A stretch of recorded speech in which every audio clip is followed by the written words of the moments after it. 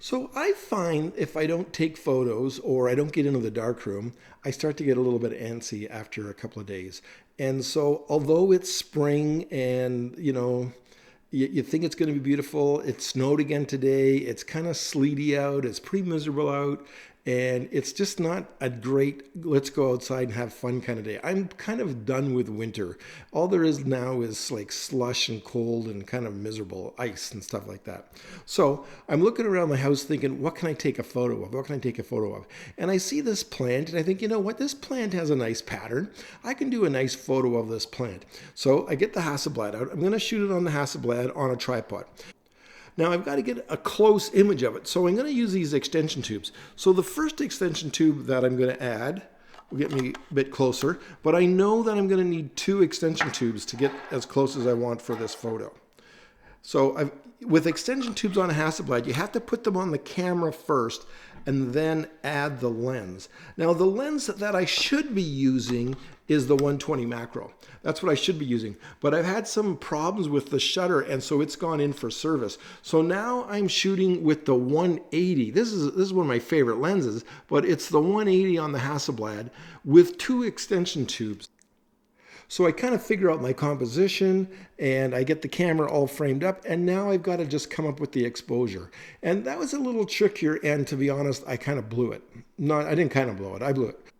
So I'm going to use a spot meter and I'm using film Ilford Delta 100 and I shoot it at ISO 64. So I'm kind of overexposing it, but that seems to work well for me, but I'm kind of overexposing it already. Now, I remember when I did some tests with these extension tubes, I needed to add half a stop for the small tube and a full stop for the larger tube. Now I did that on the 120 mil lens and now I'm using the 180. It wouldn't be the same, but that's what I went with, a stop and a half for these two extension tubes. And the other thing is with the meter reading, I took the spot meter reading and my exposure time is long. Maybe it's 8 seconds or 15 seconds, something like that. Now, if your exposure times are that long, the film has reciprocity failure. What does that mean? It means when it's really dark, it loses its sensitivity even more. So instead of a 8-second exposure, you might have to do a 15-second exposure just because the film has slowed down because of the darkness. And there's a chart. If you go to Ilford and you look up the Delta 100 or any of their films, it'll tell you the reciprocity filter, the reciprocity failure. Now, but it's usually like around, if you're shooting like 8 seconds, it's probably going to be like 15 seconds or 30 seconds just to have your basic exposure. So now I've got the 180 on and I want a lot of depth of field. So I'm at maybe f22. I've got the two extension tubes on and I like to shoot my Delta 100 at 64. So I've got a long exposure. I've got a half-minute exposure. I've got a 1-minute exposure. These are long exposures. So I get it all set up. I take my pictures, fantastic. Starting to feel good about it. I think I'm going to like this picture. Then I process the film. Now, normally I have been using the Ilford method of agitation. Let me explain what that is. The Ilford method is when you put your film in the canister to process it, you're going to agitate it once every minute for 4 or 5 inversions, once a minute. The Kodak method is once every 30 seconds. Every 30 seconds, you go 5 seconds of agitation.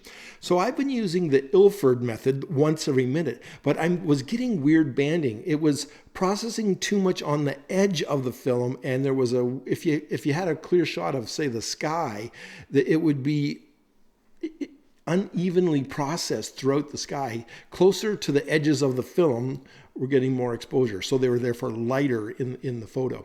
So I went back to the Kodak method, and this was the first time I'd gone back to the Kodak method after using the Ilford method. So what happens? The exposure and the additional time and agitation in developing, these are very overprocessed, overexposed negatives. Maybe the extension tube factor, which would really be called bellows factor, the extension tube factor with the 180 lens wouldn't be as much as it would be with the 120 lens. So I've overexposed there. And of course, I'm shooting it at 64. And now I'm really over agitating it. And I have very dense negatives. And instead of printing them, say, at 10 seconds, I'm printing them at 45 seconds. So I outthought myself and I overthought it, and I ended up with, by the time I combined the meter reading with the spot meter, the extension tube compensation, the film compensation, the additional agitation, these were very dense negatives, harder to print than I would have liked. Anyways, I made my first print, and this is full frame.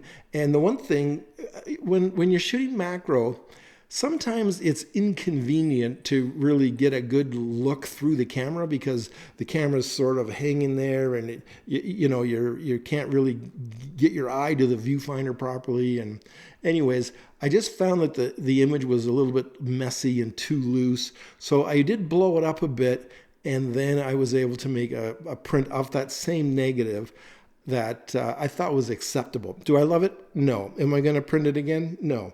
It was fun to shoot. It was a good exercise. I learned a lot, especially with the extension tubes and the reciprocity. I was just compensating too much each time, overcompensating. I ended up with very dense, kind of lousy negatives. So I learned a lot. I had fun. It was enjoyable to print. I got a picture, but I don't love it.